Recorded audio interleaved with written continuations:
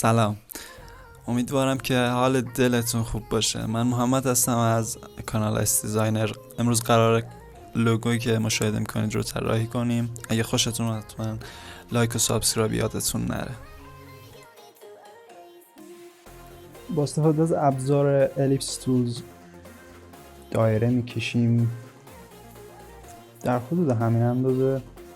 با استفاده از شروکات کنترل C و کنترل F یک کپی ازش میگیریم و ریسایزش میکنیم.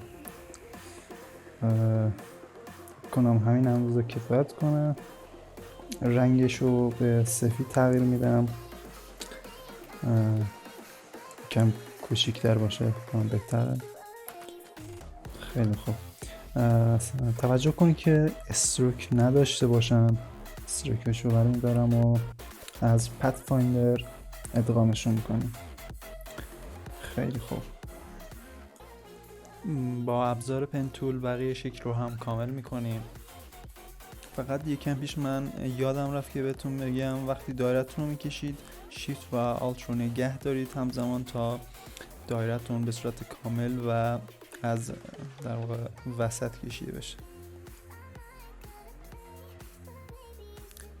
استفاده از ابزار انکر پوینت کمی شکلش رو تغییر میدیم. به این صورت خوبه. پایینی رو رسم میکنم، فقط کافیه که روش کلیک کنین. با استفاده از دایرکت سلکشن تول کم کوچکترش میکنیم.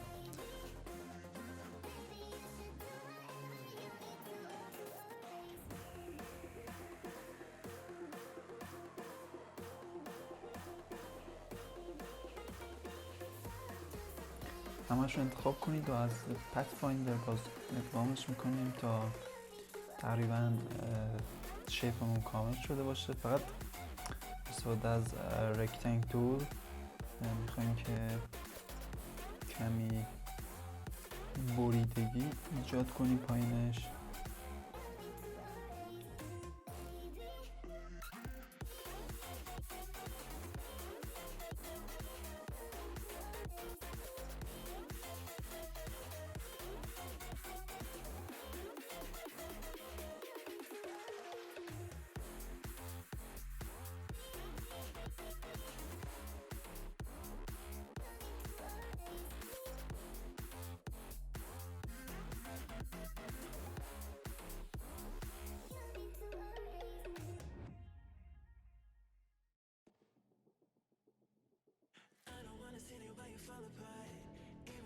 خیلی خوب، شکلمون کامل شده. از این مسیر ترانسفورم و ریفلکت ما یک زاویه 90 درجه و کپی ازش میگیریم. باز از همون مسیر ریفلکت، این بار به صورت افقی و زاویه 0 ما این کپی رو میچرخونیمش به این صورت. خیلی خوب، میاریم اینور جوری که برامون ایدئال به نظر بیاد.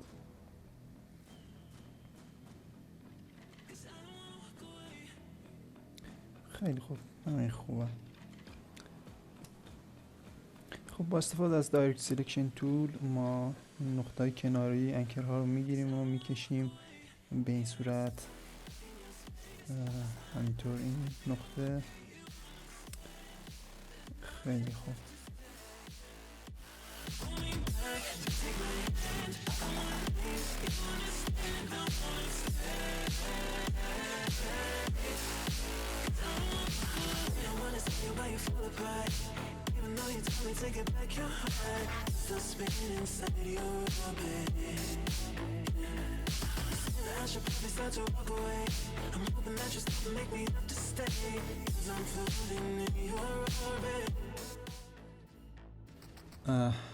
خیلی خوب، میریم سراغ سایه ها.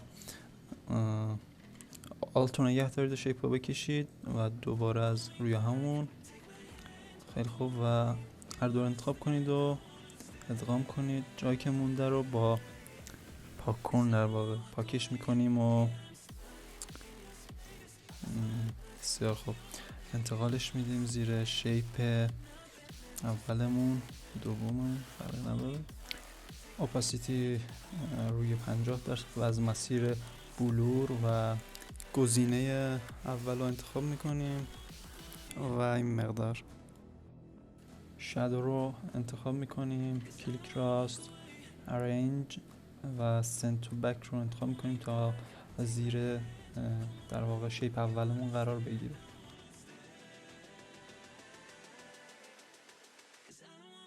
و با استفاده از ابزار پن تول بقیه شادوها یا سایه ها رو میریم که طراحی کنیم.